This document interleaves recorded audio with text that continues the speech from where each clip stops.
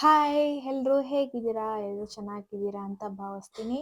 ಇವತ್ತು ನಾನು ಬೆಳಗ್ಗೆ ರೆಡಿಯಾಗಿ ಎಲ್ಲಿಗೆ ಹೋಗ್ತಾ ಇದ್ದೀನಿ ಅಂತ ನಿಮ್ಗೆ ಗೊತ್ತಾಗಬೇಕಾ?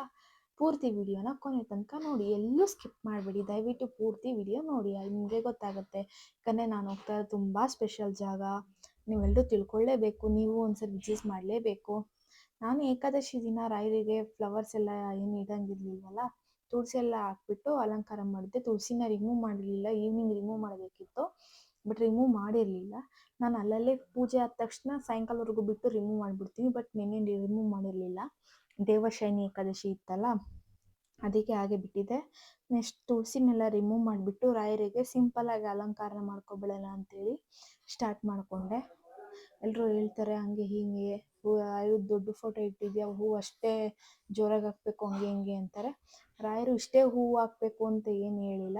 ಎಷ್ಟು ಶಕ್ತಿ ಅನುಸಾರ ಎಷ್ಟಾಗುತ್ತೆ, ಒಂದು ತುಳಸಿ ದಳ ಇಟ್ಟು ಪೂಜೆ ಮಾಡೋದು ರಾಯರಿಗೆ ಸಲ್ಲುತ್ತೆ. ಭಕ್ತಿ ಒಂದೇ ಮುಖ್ಯ.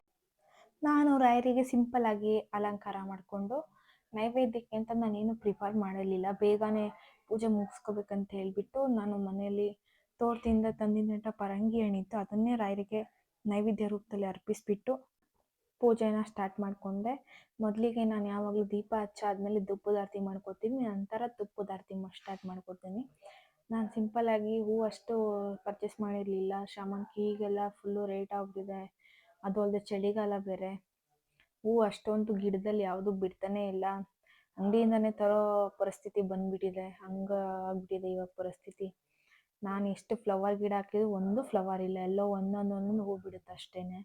ಸರಿ ಅಂತ ಹೇಳ್ಬಿಟ್ಟು ರಾಯರಿಗೆ ಪೂಜೆ ಮುಗಿಸ್ಕೊಂಡು ನಾನು ಮನೆಯವರು ಎಲ್ಲೋ ಹೊರಟ್ವಿ. ನಾನೇನು ಸಿಂಪಲಾಗಿ ರೆಡಿ ಆದೆ, ಎಲ್ಲ ಸ್ಯಾರಿ ಗೀರೆ ಹಾಕ್ಕೊಂಡು ರೆಡಿ ಆಗೋಷ್ಟು ನನಗೆ ಪೇಷನ್ಸ್ ಇರಲಿಲ್ಲ. ಒಂದು ಸ್ವಲ್ಪ ದೂರ ಅವ್ರು ಓಡಿಸಿದ್ರು, ಇನ್ನು ಸ್ವಲ್ಪ ಅಷ್ಟು ದೂರ ನಾನು ಓಡಿಸ್ದೆ. ಹಾಗೆ ಹೋಗ್ತಾ ಸ್ವಲ್ಪ ಶೈನ್ ಅಂತ ಒಂದು ಜ್ಯೂಸ್ ತೊಗೊಂಡೆ. ನಾನು ಶುಗರ್ಲೆಸ್ ತೊಗೊಂಡೆ, ಅವ್ರು ವಿತ್ ಶುಗರ್ ತೊಗೊಂಡ್ರು. ನನಗೆ ಸ್ವಲ್ಪ ಕ್ಯಾವಿಟಿ ಆಗಿರೋದ್ರಿಂದ ಶುಗರ್ ಅಷ್ಟೋಗಿ ನಾನು ಇಷ್ಟಪಡಲ್ಲ. ನೋಡಿ, ನಾವು ಬಂದಿದ್ದು ಪ್ಲೇಸ್ ಇದೆ, ತಾಯಿ ಮುದ್ದಮ್ಮನವ್ರ ದೇವಸ್ಥಾನ. ಇದಿರೋದು ಕನಕಪುರ ತಾಲೂಕು ಏಳ್ಗಳ್ಳಿ ಅನ್ನೋ ಒಂದು ಗ್ರಾಮದಲ್ಲಿ.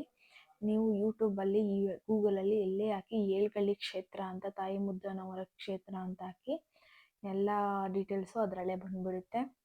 ಈ ಒಂದು ಕ್ಷೇತ್ರದಲ್ಲಿ ವಿಶೇಷವಾಗಿ ತೀರ್ಥ ಸ್ನಾನ ಮಾಡುವಂಥವ್ರಿಗೆ ಚರ್ಮರೋಗ ಪರಿಹಾರ ಆಗುತ್ತೆ. ಇಲ್ಲಿ ಪೊರಕೆ ಅಕ್ಕಿ ಎಲ್ಲ ದಾನವಾಗಿ ಕೊಡ್ಬೋದು. ನಾವು ಒಂದು ಅರ್ಕೆ ಇತ್ತು ಅಕ್ಕಿ ಕೊಡ್ತೀವಿ ಅಂತ ಹೇಳ್ಬಿಟ್ಟು ಅನ್ನದಾಸೋಹಕ್ಕೆ ಅಕ್ಕಿಯನ್ನು ಕೊಟ್ಟು, ಇಲ್ಲಿ ಇದನ್ನೇ ಕೊಣ ಅಂತಾರೆ. ಇಲ್ಲಿ ತುಂಬ ಚೆನ್ನಾಗಿ ನೀರು ಸಿಗ್ತಿತ್ತು. ಇವಾಗ ಸ್ವಲ್ಪ ಎಲ್ಲ ಡೆಕೋರೇಟಿವ್ ಮಾಡಿ ಇದೆಲ್ಲ ಇದು ಮಾಡಿದ್ದಾರೆ. ಒಳಗಡೆ ಎಲ್ಲ ಹೋಗಿ ಪೂಜೆ ಮಾಡೋದು, ಗಂಗೆ ಪೂಜೆ ಅಂತ ಮಾಡ್ತಾರೆ, ಹುತ್ತದ ಪೂಜೆ ಮಾಡ್ತಾರೆ. ನಾಗರ ಸಮಸ್ಯೆ ಹಾಗೂ ಚರ್ಮರೋಗ ಸಮಸ್ಯೆ ಏನೇ ಇದ್ರೂ ಗುಣ ಆಗುತ್ತೆ. ಇದು ಅಕ್ಕಪಕ್ಕದಲ್ಲೇ, ಕೊಣದ ಅಕ್ಕಪಕ್ಕದಲ್ಲೇ ಶಿವಂದು, ಗಣಪತಿದು, ಮಾದೇಶ್ವರ ಟೆಂಪಲ್ಲು. ಇದು ಸುಮಾರು ನಾಗರ ಕಲ್ಲು, ಹೀಗೆ ಗಣಪತಿ, ಏನೇನು ಬಸವ, ಈ ರೀತಿ ಸುಮಾರು ದೇವ್ರುಗಳಿದೆ. ಮುಡಿ ಕೊಡೋರು ಕೂಡ ಅಲ್ಲೇ ಮುಡಿ ಕೊಡ್ಬೋದು. ಹಾಗೆ ಅಲ್ಲಿ ಬಸಪ್ಪನೂ ಐತೆ. ನಿಮ್ಗೆ ಏನೇ ಇಷ್ಟ ಆಯ್ತಾ ಕೇಳಿಕೊಂಡು ಅಲ್ಲಿ ಕಾಲು ಏನು ಇಡೋಕ್ಕೆ ಅಂತ ಕೇಳಿದ್ರೆ ಆಗುತ್ತೆ ಅಂದರೆ ಬಲಗಾಲ ಇಡುತ್ತೆ, ಆಗಲ್ಲ ಅಂದರೆ ಎಡಗಾಲ ಇಡುತ್ತೆ. ಅದಾದ್ರು ಒಂದು ಇದೆ. ನಂತರ ಪೂಜೆ ಮಾಡಿಸೋಣ ಅಂತ ಹೇಳ್ಬಿಟ್ಟು ಅಮ್ಮನವ್ರಿಗೆ ಹೂವು ಏನಿದೆ, ಪೂಜೆ ಸಾಮಾನು ಏನಿದೆ ನಾವು ಮನೆಯಿಂದ ತೊಗೊಂಡೋಗಿರಲಿಲ್ಲ, ಅಲ್ಲೇ ಪರ್ಚೇಸ್ ಮಾಡ್ಕೊಳ್ಳೋಣ ಅಂತ ಹೇಳ್ಬಿಟ್ಟು ತಗೊಂಡೆ. ಅಲ್ಲಿ ಒಳಗಡೆ 2 ದೇವರಿದೆ, ತಾಯಿ ಮುದ್ದಮ್ಮ ಹಾಗೂ ಬಸವೇಶ್ವರ ಸ್ವಾಮಿ 2 ದೇವರಿದೆ. ನಾನು ಪೂಜೆ ಸಾಮಾನೆಲ್ಲ ತಗೊಂಡು ಗಾಡಿ ತೊಗೊಂಡಾಗಿಂದ ಆ ಕ್ಷೇತ್ರಕ್ಕೆ ಹೋಗೇ ಇರಲಿಲ್ಲ. ನಾನು ತುಂಬಾ ನಂಬ್ತೀನಿ ದೇವಿನ, ಪ್ರತಿ ವರ್ಷವೂ ತಪ್ಪದೆ ಹೋಗ್ತೀನಿ. ತಾಯಿ ಅಲಂಕಾರ ಕೂಡ ತುಂಬ ಚೆನ್ನಾಗಿ ಮಾಡಿದರು. ಅದು ಯಾವಾಗಲೂ ದೇವಸ್ಥಾನ ಓಪನ್ ಇರುತ್ತೆ ಡೈಲಿ. ಯಾವಾಗಲಾದ್ರು ಒನ್ ಟೈಮ್ ಅಷ್ಟೇ ಮುಚ್ಚಿರ್ತಾರೆ. ಸರಿ ಅಂತೇಳಿ ಪೂಜೆ ಸಾಮಾನೆಲ್ಲ ಕೊಟ್ಟು ತಾಯಿಗೆ ಪೂಜೆ ಎಲ್ಲ ಮಾಡ್ತಾಯಿದ್ರು. ಮಡ್ಲಕ್ಕಿ ಕೊಡೋರು ಸಹ ಇಲ್ಲಿ ಕೊಡ್ಬೋದು. ನಾಗರದ್ದು ಒಂದು ಬೆಳ್ಳಿ ಥರ ಇರುತ್ತೆ, ಅದನ್ನು ಕೈಗೆ ಕೊಡ್ತಾರೆ. ಅದನ್ನು ಪ್ರಾರ್ಥನೆ ಮಾಡಿಕೊಂಡು ಹಾಕಿದರೆ ಅದೇನು ನಾಗರ ಸಮಸ್ಯೆಯಿಂದ ಅದು ನಿವಾರಣೆ ಆಗುತ್ತೆ ಅಂತ ಒಂದು ನಂಬಿಕೆ ಇದೆ. ನಿವಾರಣೆ ಆಗಿರೋದು ಉಂಟು.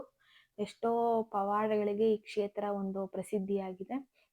ನಂತರ ತಾಯಿ ಮೈ ಮೇಲೆ ಹಾಕಿದಂಥ ಹಾರನ ಒಂದು ಇಸ್ಕೊಂಡು, ನಾನು ಗಾಡಿ ಪೂಜೆ ಮಾಡೋಕ್ಕಾಗಲ್ಲ, ಇವತ್ತು ಜನ ಜಾಸ್ತಿ ಇದ್ದಾರೆ ಅಂತ ಹೇಳಿದ್ರು. ಹಾಗಾಗಿ ನಾನು ಹಾರನೇ ಇಸ್ಕೊಂಡು ನನ್ನ ಗಾಡಿಗೆ ಹಾಕಿ ಅಂತ ಹೇಳ್ಬಿಟ್ಟು ಇವ್ರ ಕೈಲಿ ಹಾಕಿಸ್ತಾ ಇದ್ದೆ.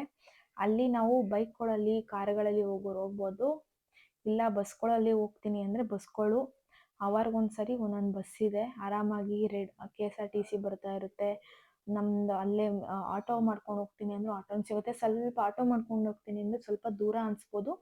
ನೀವು ಆದಷ್ಟು ಬಸ್ಸಲ್ಲೇ ಟ್ರಾವೆಲ್ ಮಾಡಿ, ಇಲ್ಲ ಓನ್ ವೆಹಿಕಲ್ ಇರೋ ಓನ್ ವೆಹಿಕಲ್ ಮಾಡಿ. ಫಸ್ಟು ಅನ್ನದಾಸೋಹ ಭವನ ಇಲ್ಲಿ ಇರಲಿಲ್ಲ. ಇವಾಗ ಬಂದಂಥ ಭಕ್ತಾದಿಗಳಿಗೆ ಹೊಟ್ಟೆ ಎಸ್ಕೊಂಡು ಹೋಗ್ಬಾರ್ದು ಅಂತ ಹೇಳ್ಬಿಟ್ಟು ದಾಸೋಹ ಮನೆ ಮಾಡಿದ್ದಾರೆ. ಮೊದಲಿಗೆ ಸ್ವೀಟನ್ನು ಏನಿದೆ ಬಡಿಸಿದ್ರು. ಅಲ್ಲೇ ಒಂದು ಅನ್ನದಾಸೋಹಕ್ಕೆ ಹೆಲ್ಪ್ ಆಗಲಿ ಅಂತ ಉಂಡೆ ಕೂಡ ಇಟ್ಟಿದ್ದಾರೆ. ನಿಮಗೆ ಶಕ್ತಿ ಅನುಸಾರ ಹೆಲ್ಪ್ ಮಾಡೋಂಗಿದ್ರೆ ಮಾಡ್ಬೋದು, ಇಲ್ಲ ಅಂದರೆ ಅದು ನಿಮ್ಮಿಷ್ಟ. ನಿಮ್ಗೇನು ಶಕ್ತಿ ಅನುಸಾರ ತರಕಾರಿ ಆಗಿರ್ಬೋದು ಅಥವಾ ಒಂದು ಅಕ್ಕಿ ಆಗಿರ್ಬೋದು ಏನಾದರೂ ಕೊಡಿ. ಎಂದು ತುಂಬ ಜನ ಬರ್ತಾರೆ ಅಲ್ಲಿ. ನಿಮ್ಗೆ ಎಷ್ಟಾಗುತ್ತೋ ನಿಮ್ಮ ಶಕ್ತಿ ಅನುಸಾರ ಒಂದು ಸೇವೆಯನ್ನು ಮಾಡಿದರೆ ಪರಮಾತ್ಮ ಕೂಡ ಮೆಚ್ತಾನೆ.